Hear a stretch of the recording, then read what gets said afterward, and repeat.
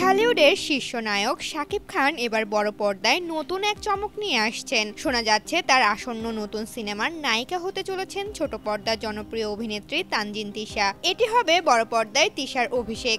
সিনেমাটি নির্মাণ করছেন বিজ্ঞাপন ও নাটক নির্মাতা শাকিব ফাহাদ, যা তার প্রথম পূর্ণদৈর্ঘ্য চলচ্চিত্র।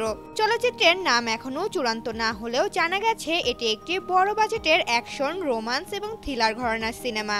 এখানে শাকিব খানকে দেখা যাবে একজন সাবেক দক্ষ গোয়েন্দা এজেন্টের চরিত্রে, যিনি দেশের জন্য নানা ঝুঁকিপূর্ণ অভিযান সফলভাবে সম্পূর্ণ করেন। এই চরিত্রে এক ভিন্ন ধরনের উত্তেজনা ও সাহসিকতার ছাপ থাকবে, যা বলিউড সিনেমা পাঠান, টাইগারের মতো চরিত্রগুলোর কথা মনে করিয়ে দেয়।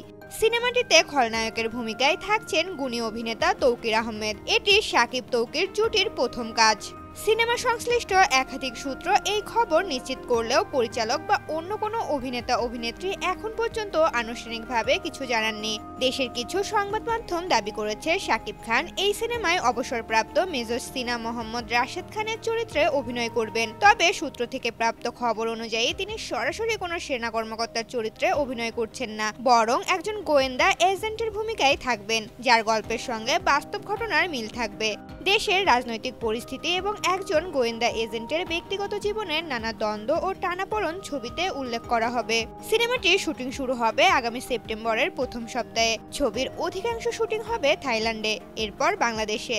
জানা গেছে আগামী বছরের ঈদ উল ফিতরে এটি প্রেক্ষাগৃহে মুক্তি পাবে। বাংলাদেশ ছাড়াও যুক্তরাষ্ট্র, কানাডা এবং মধ্যপ্রাচ্যের প্রেক্ষাগৃহে একযোগে মুক্তি দেওয়া হবে সিনেমাটি। ঋতুপর্ণা, জনকণ্ঠ।